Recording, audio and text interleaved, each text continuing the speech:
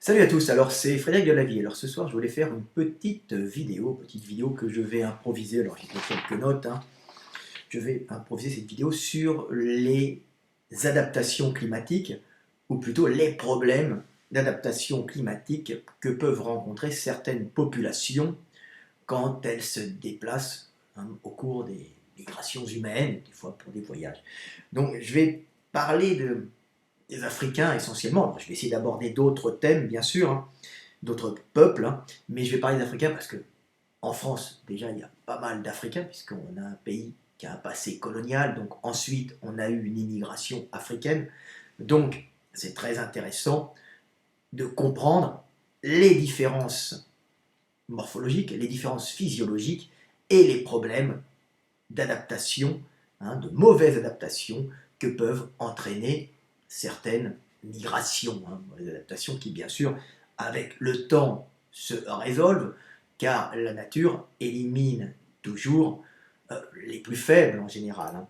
Donc il y aura toujours adaptation, réadaptation, c'est la loi de l'évolution, hein, pour que l'esprit puisse intégrer des êtres en bonne santé. On élimine ceux qui pourraient transmettre des défauts, hein, nuisibles au groupe.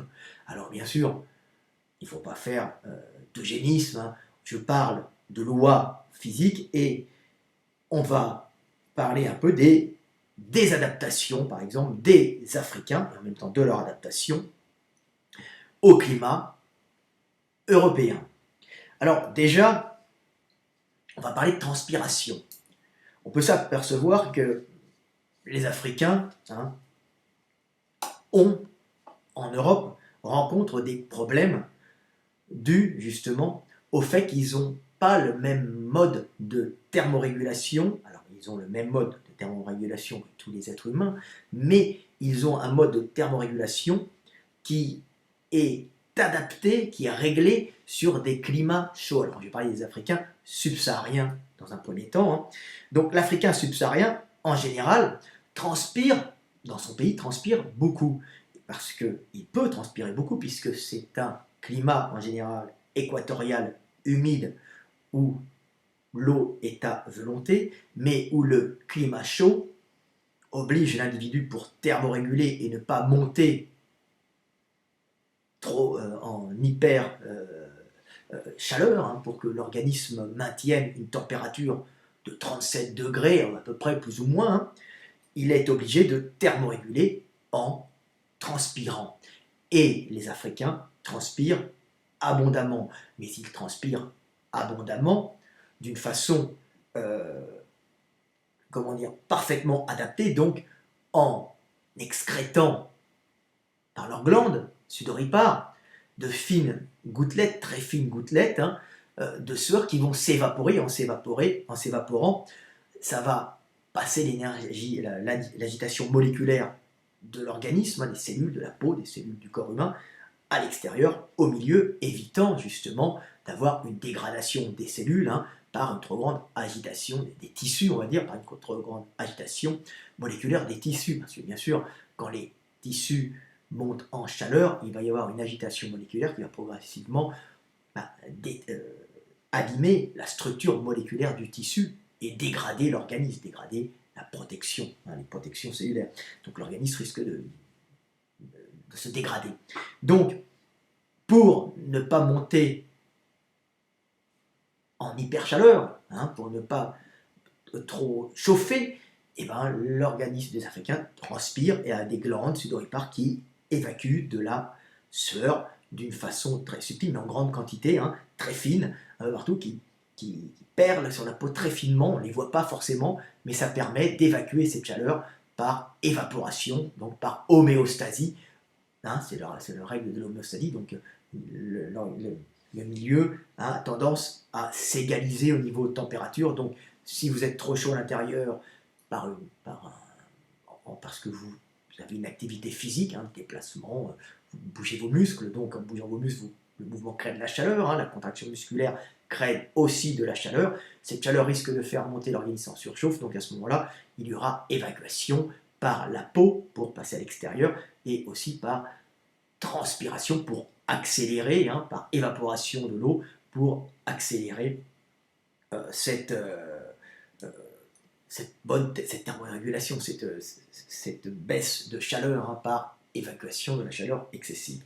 Donc les Africains transpirent beaucoup, en contrepartie, ben, ils pissent moins, puisque l'Africain a tendance à évacuer l'eau qu'il boit par les pores de sa peau, donc à pisser un peu moins, par exemple, que l'Européen. Donc les Africains qui se retrouvent en Europe, hein, sont dans un milieu, les Africains subsahariens, bien différent du leur, hein, puisqu'il ne va pas faire chaud en permanence, donc ils ne vont pas transpirer, et comme leurs reins excrètent moins, on va dire leur système urinaire excrète moins d'eau, hein, ils vont avoir des problèmes de rétention hydrique, hein, et ils risquent de faire de l'hypertension hydrique et d'être un peu bouffi, hein. C'est ce qu'on voit par exemple en bodybuilding, hein, ou par exemple, moi qui écris pour le bodybuilding, qui m'intéresse aux champions, qui m'intéressent à leur façon d'essayer de se préparer pour des concours, ben, on voit les champions européens qui, eux, essayent de perdre leur gras, hein, les champions d'origine européenne, pour être secs en concours, alors que l'Africain en général n'est pas gras. Ben oui, la graisse est faite en général en Europe pour stocker pour l'hiver, hein, alors que l'Africain, lui, va essayer de perdre son eau. C'est pour ça que des champions africains, ou afro-descendants, hein, par exemple Kay Green, passe son temps à faire du vélo, hein, avec des habits très couverts. Pourquoi? Bah pour transpirer et évacuer l'excès d'eau qu'il aura en sous-cutané, hein, mais il aura cet excès d'eau partout. C'est pour ça qu'on va rencontrer beaucoup plus d'hypertension hydrique chez les Africains, proportionnellement, que chez les Européens, hein, en Europe, pas en Afrique, parce qu'en Afrique, le milieu fait qu'ils évacuent l'eau par la transpiration, alors qu'en Europe, ben, comme ils pissent moins, ils ne transpirent plus, et ben, ils font de la rétention d'eau et ils font de l'hypertension hydrique qui pose des problèmes, hein. Ça peut être dangereux. Donc bon, qu'est-ce qu'on peut conseiller aux Africains en Europe? Ben, c'est de s'activer, de faire du sport pour évacuer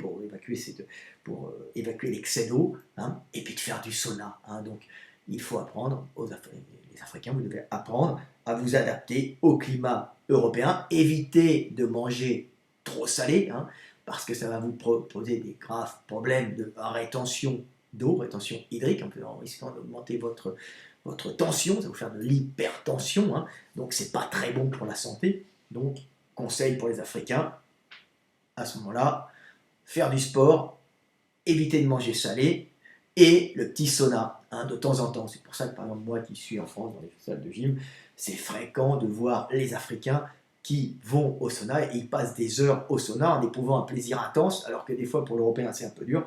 Tout ça parce qu'en fin de compte, inconsciemment, il évacue son excès d'eau par la transpiration qu'il ne peut pas avoir dans un milieu tempéré ou froid comme l'Europe, hein. L'Africain est fait pour transpirer. Donc il est fait pour transpirer, mais comme en Europe il ne transpire pas, on le voit souvent avec des problèmes de peau, hein. Souvent on voit les mains sèches des Africains, très sèches, mains sèches qu'ils n'ont pas en Afrique. Pour quelle raison? Ben, pour la bonne raison que comme l'Africain transpire beaucoup, hein, ben, ce n'est pas une transpiration qui se voit, attention, c'est très fin, hein, elle perle très finement, on ne la voit pas comme ça, elle est faite pour... ils sont parfaitement adaptés pour évacuer de l'eau sans que ça se voit en permanence, hein, parce que si vous avez des grosses gouttes d'eau sur le corps, eh ben, ça ne va pas vous aider à évacuer la chaleur, donc l'agitation moléculaire, hein, ça va rester dans cette goutte d'eau. Non, il faut transpirer vraiment finement, d'une certaine façon et régulièrement. Hein, c'est pas parce qu'on ne voit pas de transpiration qu'il ne transpire pas, alors que l'Européen, lui, transpire à grosses gouttes, hein. Ce n'est pas efficace de transpirer à grosses gouttes quand il fait très chaud. Il vaut mieux perler légèrement et évaporer, puisque c'est par l'évaporation, plutôt que par l'eau répandue sur votre corps, que vous allez évacuer cet excès de chaleur, hein, par homéostasie, hein, tout simplement. Donc, l'Africain, lui, en Europe, va avoir un problème de peau, car comme il ne transpire pas, sa peau va s'assécher. Alors que quand il est en Afrique, quand il excrète sa sueur, il excrète aussi par les glandes sébacées, qui sont à côté des glandes sudoripares, bah, tout un ensemble de protection, de graisse, de gras, qui va protéger la peau pour l'empêcher de se dégrader, pour maintenir une bonne souplesse de la peau. Mais ça va se faire en même temps que la transpiration. Donc qu'est-ce qui se passe en Europe? En Europe, comme il ne transpire pas, sa peau s'assèche et on voit souvent les Africains obligés de se passer de la crème sur les mains avec ces mains très sèches, qui sont en vérité le fait qu'ils vivent en Europe et qu'ils ne transpirent plus et qu'ils n'excrètent plus ce sébum si particulier que souvent les Européens n'apprécient pas au niveau de l'odeur. On dit oui, ça sent le noir, les noirs puent. Non, les noirs ne puent pas. C'est tout simplement que les noirs ont une odeur de noir, ont une odeur de gras, fait pour protéger cette peau qui transpire énormément en Afrique subtropicale humide. Donc ce n'est pas une mauvaise odeur, c'est juste une odeur de sébum protecteur excrété en plus grande quantité que celui des Européens. Les Européens excrètent aussi sûrement du gras, mais ils ont un gras différent qui n'a pas les mêmes, sûrement la même résistance, qui doit être moins, qui doit rester sur le corps moins facilement, et qui doit partir plus facilement à l'eau, alors que le gras des Africains, si on analyse bien, aucune étude n'a été faite là-dessus, mais il suffit de les faire, on s'apercevra que c'est un gras qui doit avoir une certaine résistance et qui ne doit pas partir quand il y a de l'eau, qui doit avoir plus de mal à s'évacuer, parce que l'Africain transpire plus tout simplement. Donc il y a des petites recherches à faire. Donc voilà, vous voyez que c'est intéressant, hypertension hydrique chez les Africains, problème de peau, lié justement au fait qu'il ne transpire plus. L'Africain est fait pour transpirer. Voilà. Donc, on pourrait passer aussi sur la transpiration des Maghrébins, par exemple. C'est très intéressant de voir que le Maghrébin, en général, transpire peu. Oui, mais pourquoi il transpire peu? Parce que déjà, le Maghrébin, ou même l'arabe du Moyen-Orient, bien que génétiquement, ça ne soit pas exactement la même chose, mais ce sont des adaptations à peu près similaires à des climats un peu différents, mais qui sont quand même des climats chauds, à calories limitées, et surtout à précipitation à pluie faible. Donc il y a peu de rivières, il y a peu d'eau, l'eau est une denrée plutôt rare, on ne peut pas se baigner dans un cours d'eau qui est souvent à sec, donc on va au puits, donc on ne va pas chercher de l'eau en permanence pour se laver, donc on évite de se laver avant, bien sûr, toujours au Maghreb. Pourquoi? Parce que de toute façon, il n'y a pas assez d'eau pour se laver, et de toute façon, avec les ultraviolets qui passent à grande quantité et le peu d'humidité, le nombre de bactéries n'est pas très important dans un milieu sec, relativement sec, chaud et peu humide. Les bactéries vont se développer quand il va y avoir de la chaleur et de l'humidité. Donc le Maghrébin, en général, se lavait moins, transpirait moins. Transpirait moins pour se laver moins parce qu'il y a moins accès à l'eau. On l'a dans les puits, si vous voulez, mais pas d'abord partout. Et transpire moins, pourquoi? Parce que l'eau n'est pas abondante en permanence, il faut aller au puits, il faut aller la chercher, on ne peut pas boire autant, donc il a un système pour conserver l'eau à l'intérieur du corps, pour conserver l'intégrité de l'organisme et conserver l'intégrité des cellules, l'eau dans les cellules, pour maintenir la vie interne derrière sa barrière de peau. Donc le Maghrébin transpire proportionnellement moins, bien que ce soit un climat chaud, mais comme c'est un climat chaud et sec, il va plutôt s'abriter de la chaleur, transpirer moins et conserver son eau en interne, alors que l'Africain, lui, transpire beaucoup pour pouvoir quand même être actif la journée dans un milieu où l'eau est abondante. Voilà. Donc on voit des différences physiologiques entre les individus, alors que l'Européen, lui, il va transpirer normalement, on va dire, parce que normal pour moi c'est être européen, mais quand il va aller au soleil, par exemple, il va transpirer plus qu'un Maghrébin et moins bien qu'un Africain, pour la bonne raison que il a quand même de l'eau, donc il peut thermoréguler par la transpiration, mais il n'a pas une transpiration, un système de transpiration, de thermorégulation par l'évaporation, l'eau excrétée des glandes sudoripares, il ne va pas être aussi efficace que celui des Africains parce qu'il n'a pas à supporter des températures aussi importantes que les Africains. Donc en général, il transpire avec des grosses gouttes, hein, ce qui est moins efficace que des petites gouttes qui s'évaporent plus vite et en s'évaporant plus vite, hein, permettent d'évacuer plus rapidement la chaleur. C'est un peu l'histoire des animaux, hein, qui, dans leurs poils,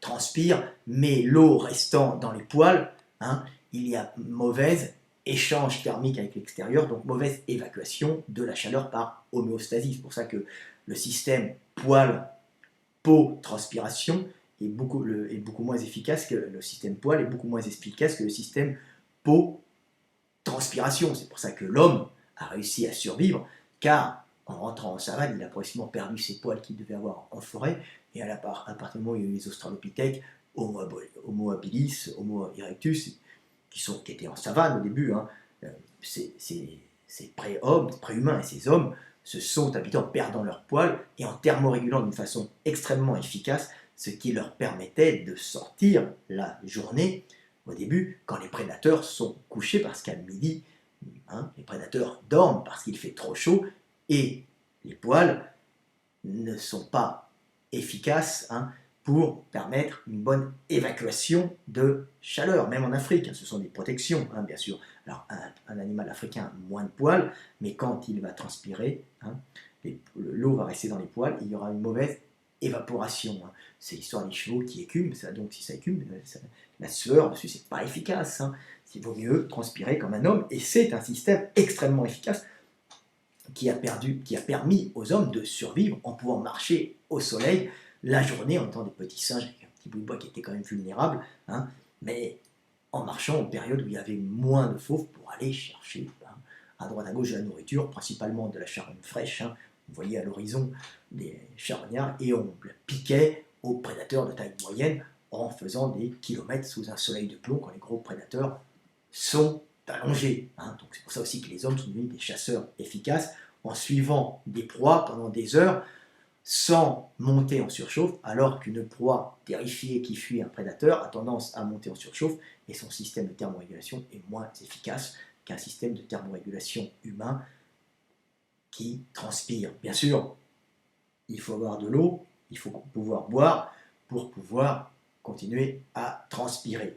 Donc, tout ça, hein, ça se passe dans un milieu chaud, mais avec accès à des points d'eau. Quand on est dans le désert, hein, ça commence à être plus problématique. Bon, au nord, on n'a pas ces problèmes-là puisqu'il fait froid, mais dans le désert, c'était un gros problème. C'est un peu pour ça que le ramadan a été maintenu, hein, parce qu'il devait exister avant de rentrer dans la religion musulmane. C'était en fin de compte pour habituer des gens, hein, des gens déjà habitués physiologiquement à un climat aride, à résister quand ils étaient en déplacement, hein, à ne pas avoir de problème, donc s'habituer au manque d'eau. Hein. Donc on maintenait ça, mais le maghrébin, alors c'est pas du maghrébin, mais l'arabe de ces régions-là a un système où il maintient quand même son eau à l'intérieur. Donc il faut savoir déjà, tiens, je vous le dis pour les musulmans qui pourraient m'écouter, un ramadan va être beaucoup plus difficile à tenir pour un Européen qui a tendance à transpirer plus, à évacuer de l'eau plus facilement, qu'un habitant de région à calories limitées sous chaleur, hein, sèche, hein, qui lui a tendance à avoir un organisme qui maintient l'eau à l'intérieur de son corps. Hein. Donc il faut savoir qu'un ramadan est beaucoup plus dur à tenir pour un non arabe, hein, ou un non maghrébin, qui sont quand même aussi, Méditerranée Sud, des régions chaudes où il ne faut pas transpirer trop parce que l'eau n'est pas abondante. Voilà quelques histoires d'adaptation climatique. Hein. Donc le ramadan adapté au peuple du désert. Hein. Dieu ne fait rien au hasard. Hein. Donc, c'est comme le carême en Europe. Hein. Dieu ne fait rien au hasard. Hein, pourquoi le carême en Europe, hein, par exemple, adaptation climatique, hein, parce qu'on évacuait, hein, c'était le gène du carême, on évacuait en fin d'hiver le reste du gras, hein, qu'on avait avec les toxines qui sont dedans, hein, pour pouvoir se recharger ensuite au printemps ou à la bonne saison. Hein. Tout ça, c'est un système de dégager les dernières graisses. Et puis aussi, il fallait voir qu'il n'y avait plus tellement de nourriture, hein, donc on en profitait pour pas trop manger, hein, avant de repartir à la bonne saison. Donc voilà, puisque les réserves d'hiver avaient été utilisées. Donc, autre adaptation climatique, autre problème d'adaptation climatique, par exemple, pour les Africains, c'est la couleur de peau. Être noir en Europe, ça pose un problème. Bon, ça ne pose pas qu'un problème social, hein, ça pose aussi un problème à cause de la mauvaise synthétisation de la vitamine D, hein, puisque la vitamine D est synthétisée sous l'action du soleil, hein, en général, et comme en général les Africains se promenaient tout nus avant l'arrivée des textiles. Alors quand je dis ça, on me traite de raciste. Je dis non, les textiles c'est il y a 100, 120 ans, hein, avant les Africains ils étaient tout nus. Alors on dit mais pourquoi? Non, non, non, les Africains étaient tout nus, parce que de toute façon, si tu commences, Africain subsaharien équatorial, hein, parce que si tu commences à te couvrir de peau de bête, mon ami, ou de textile, dans un climat tropical humide, eh ben, tu vas avoir des champignons qui vont être la porte ouverte à qui vont faire des plaies, hein, et qui vont être la porte ouverte à des bactéries autrement plus dangereuses que celles qu'on rencontre sous les climats européens. Donc en Afrique, avant l'arrivée des textiles européens relativement doux, on ne mettait pas de peau de bête, hein, on était tout nu, tout simplement, hein, et comme on dit tout le temps, l'indécence et la vulgarité, c'était pas dans la nudité, c'était dans la conduite, hein. Donc chaque climat a ses adaptations culturelles et c'est adapté aux adaptations physiologiques de l'organisme. Donc on est tout noir, on est au soleil, on n'a pas de problème parce que le soleil tape, hein, mais dès qu'un Africain passe au nord, eh ben, il se retrouve avec moins de soleil, moins de photons, moins bonne synthétisation de la vitamine D. Donc du coup, problème de manque, problème comment dire, d'ostéoporose, hein, problème de fixation du calcium, hein. Donc ça pose des problèmes de cancer du sein, de prostate, hein, je lis un peu là sur de maladies auto-immunes, de grippe, rhume, donc un ensemble de problèmes, dégénérescence de l'organisme par manque de vitamine D. C'est pour ça que, par exemple, en Amérique, très tôt, ils ont supplémenté le lait, hein, en vitamine D pour les afro-descendants, et puis on demande aux afro-descendants, donc aux Africains, aux personnes à la peau mate, de se supplémenter en vitamine D à cause du manque de luminosité, hein, du manque de soleil, du manque d'élimination de ces pays du Nord. Donc les gens à la peau mate, les Africains, ont des problèmes en arrivant dans ces régions froides, dans ces régions peu ensoleillées. D'ailleurs, c'est pour ça que les Européens sont blancs, car quand ils sont montés d'Afrique, il y a 60 000 ans, on va dire 40, 50, 60 000 ans. Il y a toujours eu des montées, mais la grosse montée des sapiens sapiens, on va dire c'est 40, 50 000 ans, avec ce métissage néandertalien, mais c'est pas vraiment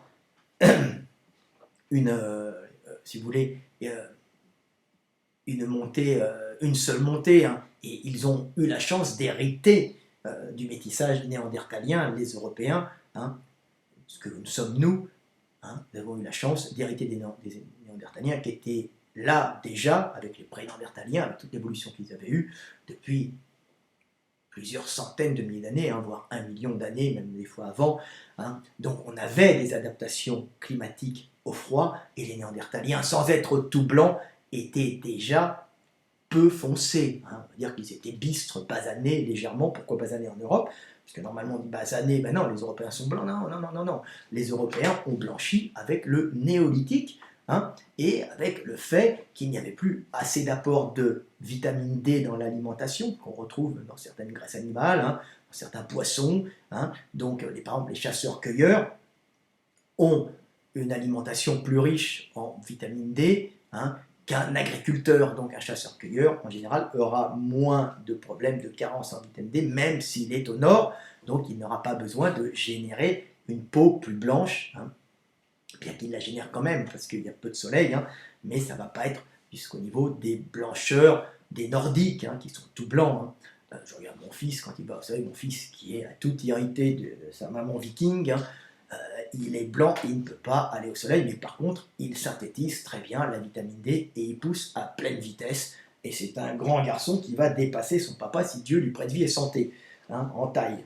puisqu'ils sont à 2 mètres dans la famille. Donc voilà, hein, tout ça c'est des adaptations climatiques. Donc on peut voir que les Africains ont ce problème de vitamine D que n'ont pas les Européens, mais les Européens ont blanchi dans un premier temps, justement à cause du manque de luminosité, mais n'ont pas blanchi totalement, et ils ont blanchi un peu plus après, ils sont devenus blancs, blonds, quand ils sont passés à la nourriture plus végétale, hein, on va dire au blé, aux céréales broyées, hein, qui rentraient principalement dans l'alimentation, quand ils ont limité un peu leur taux de graisse animale, hein, et leur taux d'aliments pouvant apporter dans les abats même de la vitamine D, qui était fondamentale, hein, au bon fonctionnement de l'organisme. Donc à ce moment-là, au néolithique, on s'est aperçu qu'il y avait une blancheur pour compenser ce manque de vitamine D dans l'organisme.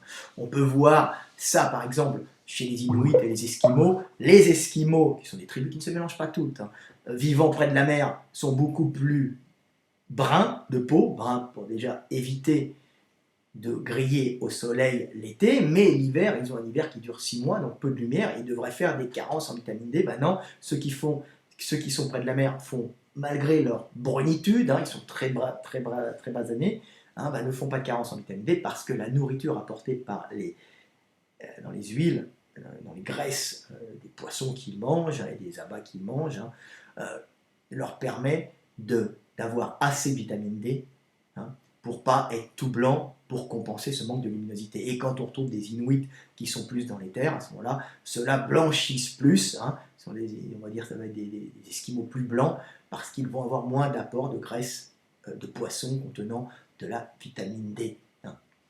Donc on voit, tout ça, ce sont des adaptations, mais on l'a payé cher. Donc les Européens, eux, ont eu la chance d'éviter la casse, on va dire les sapiens sapiens, parce que Européens, ça ne veut rien dire, mais sapiens sapiens venus d'Afrique, il y a 40, 50, 40 millions, il y a eu tout le temps des petites montées, mais une grosse montée sûrement due à une surpopulation, due à des progrès techniques, hein, en général c'est progrès techniques, surpopulation, et on monte au sud, au nord, parce que le sud, il y a déjà des gens, hein, en général, on ne se déplace pas pour le plaisir, on se déplace parce qu'on y est obligé, donc on monte progressivement, on monte où il y a moins de monde, et là on se retrouve avec des Néandertaliens, on copule avec, et on prend leurs gènes, comme on est en plus grande quantité, on les absorbe, ils sont moins nombreux parce qu'ils peuvent faire moins d'enfants, le milieu est plus rude, hein, moins maîtrisé, et les Européens, les sapiens sapiens, deviennent cette espèce de mélange avec un peu de néandertalien, de l'Africain qui se blanchit très vite parce que les métis à tendance blanche, eux, remportent la bataille, même si ce métissage récupère essentiellement les gènes de sapiens. Et ben on a quand même 5, 6, 7, 10%, entre 1 et 7% et 6%, ça va même monter des fois plus, hein, de gènes néandertaliens, qui sont bien sûr des gènes d'adaptation à l'hiver. Donc cette angoisse, hein, de l'Européen, héritée du néandertalien, hein, cette angoisse du futur, hein, ce côté angoissé. Hein, pourquoi? Tout simplement parce que cette angoisse permet à l'Européen, qu'il a hérité de Néandertal, hein, d'accumuler, hein, et de travailler pour accumuler et passer la mauvaise saison. Alors bien sûr, ils étaient chasseurs-cueilleurs au départ, mais chasseurs-cueilleurs ne veut pas dire que nous n'accumulons pas, puisqu'ils doivent accumuler du bois de chauffe pour l'hiver, donc ce n'est pas rien du tout. Ils doivent travailler des peaux pour se protéger pour l'hiver, donc il doit y avoir tout un travail, hein, une culture du travail enseignée de père en fils, hein, mais généré par cette angoisse de l'avenir, parce que l'homme, sans obligation, ne travaille pas, hein, tout simplement, parce que la nature est économe. Hein, on ne travaille que quand on est obligé de travailler. Donc l'hiver étant la mort de la nature, les hommes ont dû avoir cette angoisse. Ceux qui ont survécu, c'est ceux qui étaient angoissés et qui, à ce moment-là, travaillaient, accumulaient du bois de chauffe, faisaient des habits et mangeaient beaucoup à la bonne saison pour avoir des réserves de gras pour l'hiver, continuer à chasser l'hiver, même si les animaux étaient moins présents et on ne pouvait pas avoir de nourriture végétale, donc on se rabattait uniquement sur la nourriture nourriture animale. Donc vous voyez, comme les mentalités sont vraiment influencées par le climat. Alors, justement, en revenant à la nourriture, c'est marrant, je fais une vidéo comme ça, même elle est longue, mais c'est pas grave. Tu vois, j'improvise. Hein.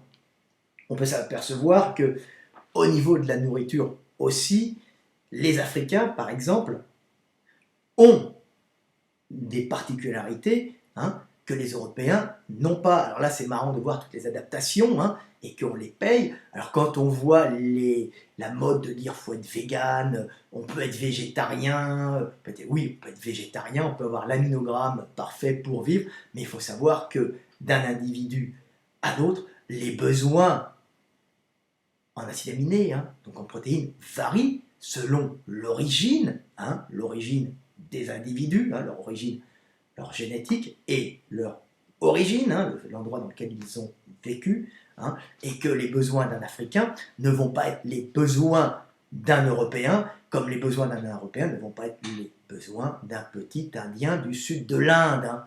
Donc, ça doit s'apercevoir par exemple que les Africains ont en général une nourriture assez mixte, protéines animales, et végétale, important, végétale fraîche, hein, légumes, et puis aussi manioc, comment ça s'appelle, racines, et viande, hein, un ensemble, viande de brousse, viande de patade, donc un mixte de nourriture végétale et de nourriture animale, mais on peut s'apercevoir que leur nourriture animale est rarement grasse. Ah oui, les animaux ne faisant pas de réserve de gras en Afrique équatoriale humide, eh ben, la nourriture est donc peu grasse, ce sont des viandes sèches. Et les Africains ne sont pas attirés par les viandes grasses, par contre, ils sont attirés par les fritures. Alors, souvent, il y a une culture générale dans toutes ces zones Afrique équatoriale de cuisiner en friture. Hein. Pourquoi? Parce que on cuit dans de l'huile, hein. On fait bouillir aussi, mais on cuit dans de l'huile. Pourquoi? Et ben pour la bonne raison que l'huile, toute cette culture, n'est pas qu'une culture culinaire, parce qu'en général, la culture culinaire, elle est liée au climat, comme tout. Hein. Il ne faut pas croire que c'est inventé comme ça. Non, non, non, non. C'est lié au climat, hein, et que tout simplement, le fait de frire des aliments empêche le développement des bactéries et tue les bactéries, tue les vers. Hein. L'huile a plus de contact avec la viande. L'huile va pénétrer, va faire augmenter la température interne dans les tissus et va tuer toutes les bactéries et tous les parasites dans les aliments, permettant aux Africains de manger des aliments qui sont souvent infectés de bactéries et de parasites. Bien oui, puisque la nature étant luxuriante dans ces régions d'abondance de photons, hein, donc, et d'humidité, donc il y a une nature luxuriante, mais il y a une nature de parasites aussi, hein, qui est dans tous les animaux, hein, donc même dans les hommes, mais on se débarre, on s'en dégage, les plus résistants survivent. Donc cette culture africaine fait que les aliments sont mangés en friture et que les Africains se sont même adaptés justement à digérer ces graisses saturées, ces graisses de friture, ces acides gras saturés, dégueulasses. Hein, eux les supportent beaucoup mieux que les Européens. Aucune étude n'a été faite là-dessus, mais je discutais avec des Africains qui me disaient que quand ils arrêtaient les fritures, ils se sentaient mal, ils ne se sentaient pas bien, donc il doit y avoir une adaptation physiologique de l'organisme aux fritures. Alors les fritures c'est relativement récent, hein, ça a quelques mille, peut-être 1000 ans, je ne sais pas, un peu plus, hein, tirer de l'huile, des graines, des palmes, je ne sais pas, ça ne doit pas être extrêmement vieux, mais ça laisse le temps à l'organisme de s'adapter à cela. Donc il y a toute une culture de la friture et de la viande sèche dans toutes ces régions. Viande sèche, pourquoi? Parce que les animaux ne sont pas gras, et friture pour évacuer, pour tuer bactéries et parasites. Et c'est pour ça qu'on voit souvent les Africains en Europe, hein, et puis les marchands le savent bien, hein, se rassembler dans les KFC. Hein, KFC, c'est ça, Kentucky Fried Chicken. Hein. Donc on les voit tous là, on dit mais ils n'ont aucun goût, qu'est-ce que c'est que ça? Ils aiment cette bouffe de merde. Mais non, non, c'est qu'ils aiment la viande sèche et la friture, parce qu'en Afrique, on mange de la viande sèche parce qu'il n'y a pas de viande grasse, et de la friture parce que ça tue les bactéries. Donc, inconsciemment, l'Africain est attiré par le KFC, qui est tout simplement une adaptation à la bouffe africaine, où il s'en sort particulièrement bien. Vous prenez un Européen, vous lui faites bouffer du KFC, il n'est pas habitué au gras saturé végétal, et il risque d'avoir des allergies, et il risque de générer certaines maladies vasculaires graves, alors que l'Africain aura sûrement moins de chances de générer ces maladies. Pas d'études là-dessus. Si vous êtes chercheur, faites-les, vous allez voir, j'ai raison. Hein. Je dis ça parce qu'il se trouve que j'annonce pas mal de découvertes scientifiques qui sont, pour ceux qui suivent mes chaînes, hein, ensuite, qui sont prouvées par la suite par les recherches des laboratoires. Hein.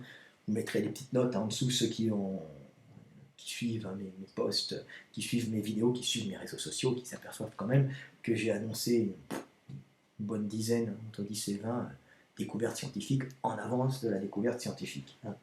Voilà. D'une façon pas du tout empirique, hein, d'une façon logique, hein, puisque je me base uniquement sur les lois physiques du monde et pas sur des déductions à la mort moelle-neu, hein, bien sûr. Voilà, pas sur des déductions énergétiques. L'énergie étant la base hein, du fonctionnement du monde, prendre l'énergie et la conserver pour rester en vie et la transmettre avant de mourir. Donc voilà. Donc pareil au niveau de la nourriture, adaptation aux graisses, bah, par exemple les Européens sont très adaptés aux graisses animales, alors que l'Africain beaucoup moins. Hein. L'Européen, lui, en général, a une alimentation plus carnée que l'Africain. Il continue à prendre mais il a beaucoup de graisse animale dans son alimentation et de céréales raffinées. Ben oui, ça depuis l'agriculture. Hein. La verdure, il en a un peu moins. En Méditerranée, il y en a plus. Au nord, il y en a moins. Au nord, on se rabat sur les graisses végétales, sur la viande. Et dire qu'un Allemand mange de la saucisse et du lait complet et des yaourts et que c'est mauvais pour la santé et l'ostéoporose, c'est de la stupidité, vu que de toute façon, il est adapté à cette nourriture, il n'est pas adapté à la verdure que l'on pourrait trouver en Crète, hein, ou même aux alimentations qu'on va trouver en Afrique. Hein. Donc tout ça, ce sont des adaptations. Hein.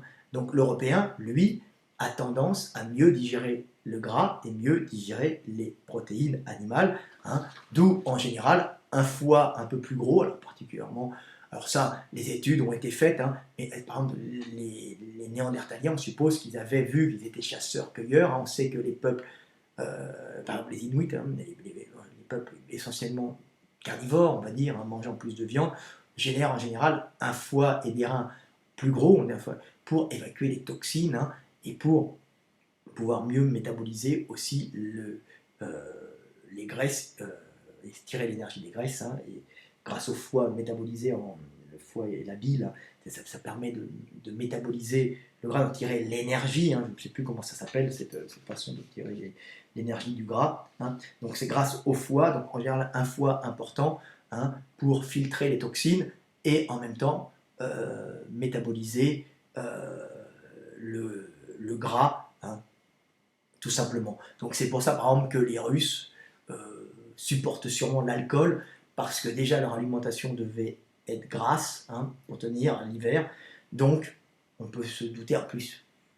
Ils se sont habitués à cet alcool, mais on peut se dire que les peuples du Nord hein, ont en général une meilleure résistance à l'alcool, vu que leur foie est déjà habitué à traiter les toxines des protéines. Hein.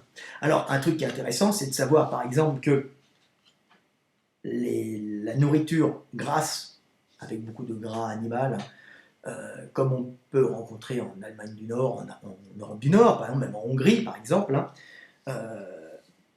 et n'est pas bonne en soi, parce qu'elle peut générer, bien sûr, à la longue, des problèmes cardiovasculaires, hein, par accumulation de graisse, mais souvent c'est lié au fait que les gens ont en plus une vie sédentaire qu'ils n'avaient pas avant, donc cette graisse se retrouve en permanence dans l'organisme hein, et n'est plus utilisée et évacuée dans des efforts physiques intenses, hein, puisqu'il y a eu l'industrialisation et la perte du travail physique des hommes. Hein.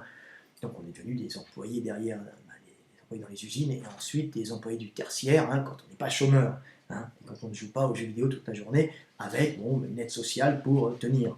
Non, avant on bougeait, hein, on n'avait pas d'autre choix, on mourait.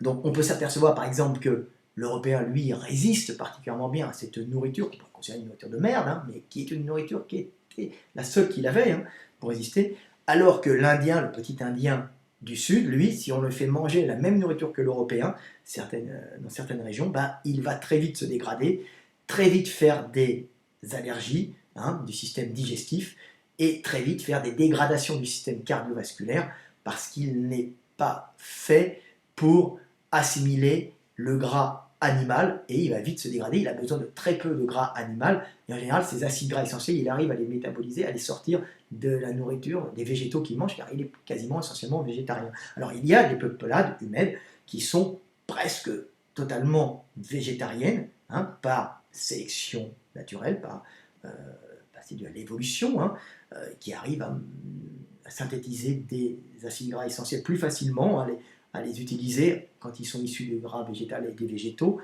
hein, alors que, par exemple, les Européens auront plus de mal hein, et auront plus de facilité à l'utiliser, à extraire certains acides gras essentiels au fonctionnement de l'organisme, des graisses animales. Et on peut voir que ces petits Indiens du Sud, s'ils passent en régime européen, ils vont vite avoir des problèmes de dégradation de l'organisme, de gras, de dégradation des vaisseaux, déjà d'inflammation du système digestif, dégradation des vaisseaux, et leur corps sera tellement rempli de gras qu'ils vont faire de l'artério, comment ça s'appelle, des thrombos, des accumulations de gras dans les parois des vaisseaux qui se seront dégradés, qui seront rentrés à l'intérieur, ça va déformer les vaisseaux, ils peuvent avoir des ruptures de vaisseaux et ils peuvent mourir, quoi. Donc c'est très dangereux pour eux d'avoir une alimentation proche de l'alimentation des Européens.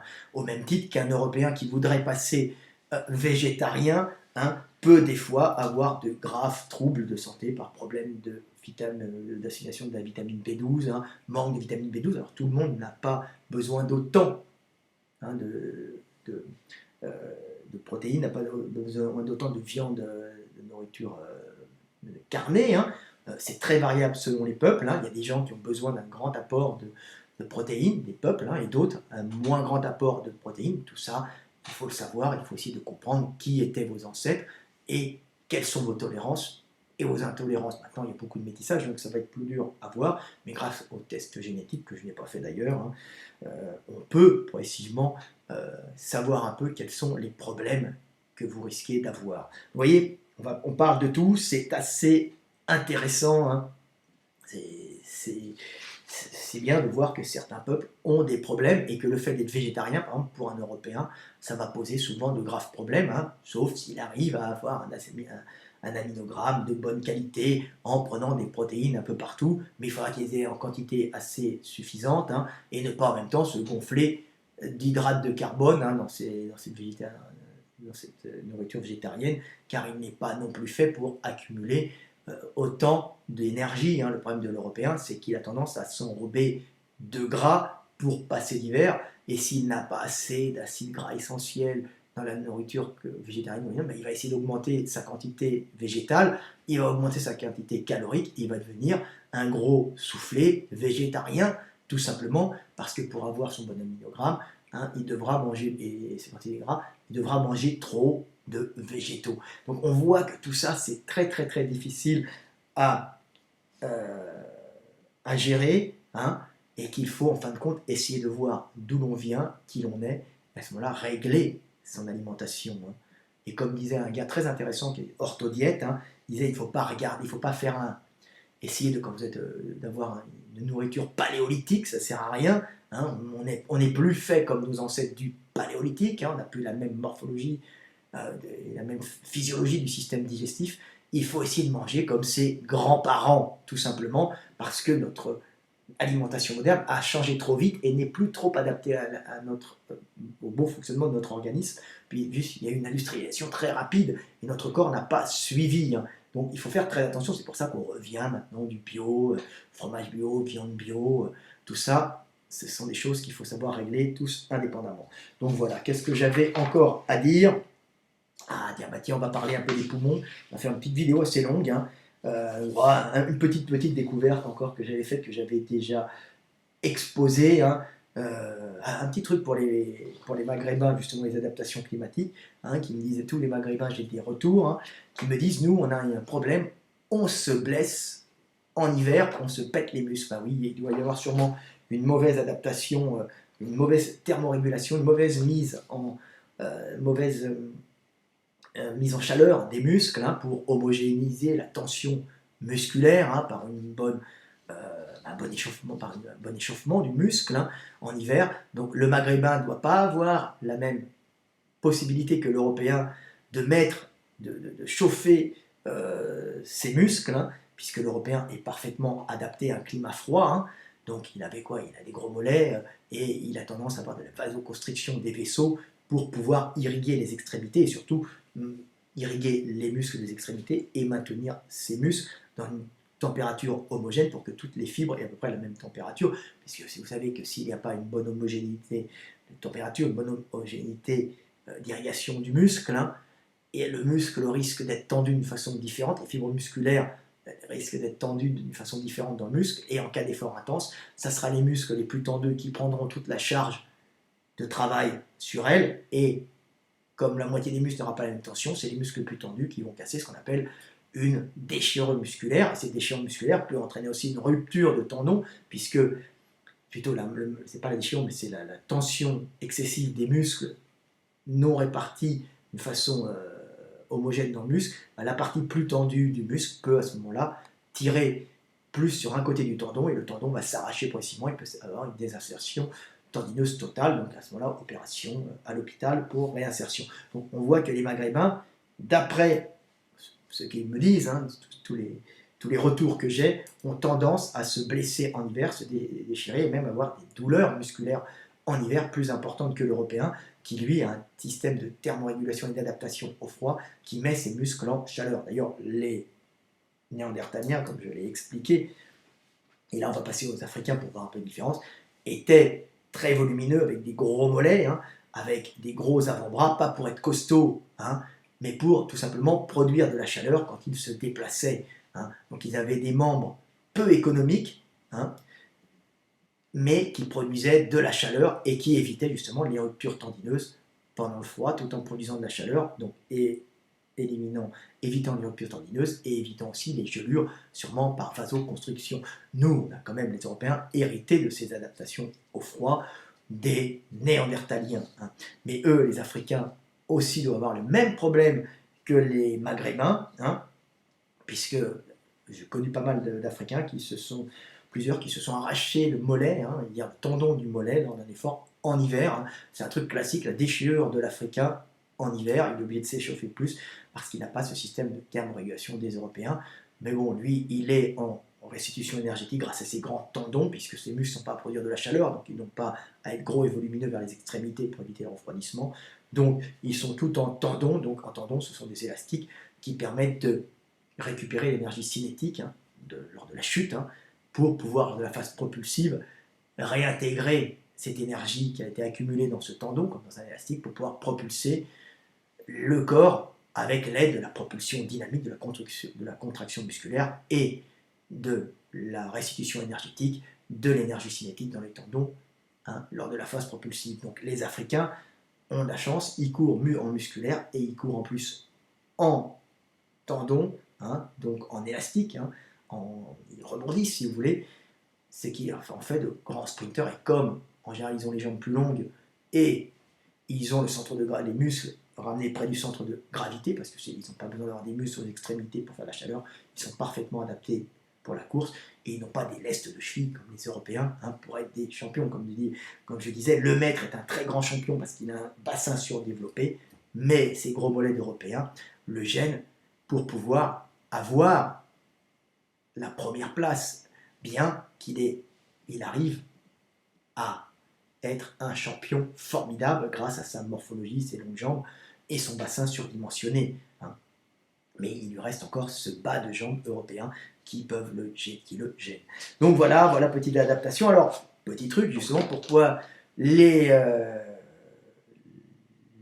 Africains, petite question, flottent moins bien, hein, sont moins bons en natation, tu vois, on arrive, hein, je parle de plusieurs sujets, hein, ils nagent moins bien, hein, sauf les femmes qui font quelques championnes parce qu'elles sont plus grasses hein, que les hommes, hein, donc elles sont assez musculaires avec un taux de testostérone plus élevé que les européennes, je l'ai expliqué dans certaines vidéos, vous les suivrez, la différence africaine-européenne. Hein. Mais les Africains, eux, en général, sont très musculaires et peu gras, hein, africains subsahariens, donc ça fait des hommes qui pourraient nager bien, mais comme ils ne sont pas assez gras, ben, ils flottent pas, parce que la graisse permet, comme un flotteur, donc ça fait des... Mais, en plus, l'Africain a une capacité pulmonaire inférieure à celle des Européens, et ça c'est une de mes découvertes scientifiques, hein, et parce que j'ai trouvé la cause, hein, c'est marrant. Alors ça c'est pourquoi? C'est parce que c'était les chercheurs qui s'étaient intéressés, alors surtout au niveau de la plongée sous-marine, c'est les plongeurs, hein, et tous les gens qui s'occupent des bouteilles, hein, qui s'intéressent justement à la durée de plongée, qui s'intéressent, et les plongeurs aussi, à la capacité pulmonaire des Africains, des Européens, et ils sont aperçus que les Africains avaient une capacité pulmonaire inférieure aux Européens. On se demande pourquoi ils ont une capacité inférieure aux Européens? Parce qu'ils respirent normalement comme nous, bah, tout simplement parce que l'Européen, l'air qu'il inhale n'a pas qu'une fonction de respiration, hein. Elle n'est pas faite pour alimenter en oxygène, donc en carburant l'organisme, elle est aussi faite pour le mouvement, hein, pour faire fonctionner l'organisme, hein, c'est du carburant. Hein. C'est le carburant, c'est pas du carburant, c'est le comburant, l'oxygène, du carbone. Donc on inspire de l'oxygène, donc c'est le comburant, mais il n'est pas fait que pour alimenter les cellules, hein, de l'organisme, faire fonctionner l'organisme, il est fait aussi, hein, l'organisme des Européens, pour produire plus de chaleur. Donc en se déplaçant, l'Européen produit plus de chaleur pour lutter contre le froid, hein, typique européen, de l'hiver européen, donc il y a des gros mollets, hein, et puis même son organisme fonctionne un peu plus rapidement pour produire de la chaleur. Donc pour produire de la chaleur, il a besoin de carbone, hein, qui va retrouver dans son alimentation, dans les hydrates de carbone, hein, mais il a aussi besoin du comburant, bah, de l'oxygène, pour permettre la bonne combustion, hein, du carbone dans l'organisme. Donc il a besoin de gros poumons, hein, pour pouvoir, se déplacer, mouvoir l'organisme et lui faire toutes ses fonctions, mais aussi pouvoir produire de la chaleur pour lutter contre le froid. Donc l'oxygène étant le comburant, et l'hydrate de carbone le combustible, et ben, on a besoin de plus d'oxygène qu'un Africain, parce qu'on doit aussi chauffer l'organisme, hein. Un peu comme si vous remarquez, hein, dans un feu, ben, il va mieux marcher, mieux chauffer quand vous activez le soufflet, vous soufflez dessus. Et ben, c'est pareil pour l'Européen, il a un organisme qui est fait pour avoir un gros soufflet, des poumons, pour monter en chaleur quand il fait froid. Tout simplement que l'Africain n'a pas besoin, puisqu'il n'a besoin que d'un travail musculaire, et il n'a pas besoin d'un travail de chauffage. Alors, il chauffe quand même, hein, mais il n'a pas besoin du même travail de chauffage que l'Européen, qui a été habitué pendant très longtemps, avant l'arrivée du chauffage central, à des hivers rigoureux. Voilà, il faut savoir qu'en plus, on a des vieilles adaptations, que le feu, c'est à peu près 500 000 ans, je dirais 600 000, 700 000, parce qu'on n'a pas fait toutes les découvertes, mais il faut savoir que donc nos ancêtres néandertaliens ont quand même vécu, hein, les antécesseurs, 300, 400 000 ans sans feu en Europe, avec des climats glaciaires. Hein. Il fallait qu'ils sachent coudre les habits, hein. Il fallait qu'ils sachent bien travailler les peaux de bête pour pouvoir survivre. Ils avaient une grande technique, même il y a 1 million d'années, hein, ils avaient quand même une technique des peaux de bête, hein. Ils avaient quand même, c'était tout sauf des cons. Bien sûr, ces techniques ont évolué très lentement. Donc voilà ce que j'avais à dire. Est-ce que j'ai encore d'autres petits trucs à dire? Non, protéines, j'ai tout dit, hein. Peut-être que j'ai oublié des trucs, mais je le dirai une autre fois, hein. Alors, pour montrer un peu que je suis quelqu'un qui est très attaché au culte des ancêtres, hein, ben voilà, je travaille, hein, chez moi, sur ma table de travail, j'ai une masse néolithique qui permettait à mes ancêtres, parce que plus on remonte, plus je suis sûr d'avoir quelques pourcents génétique de celui qui a fait ça, puisque je suis européen, et une hache néolithique, hein, de mes ancêtres qui travaillaient, hein, pour passer l'hiver, pour accumuler.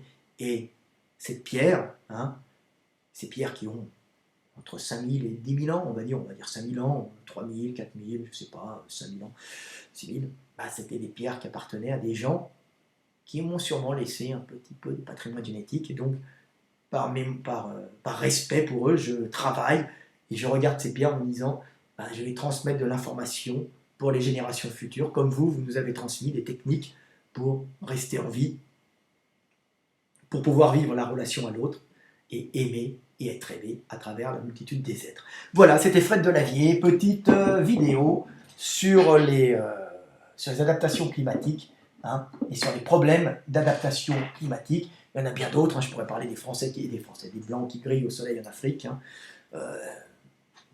mais c'est toujours intéressant de faire un petit récapitulatif.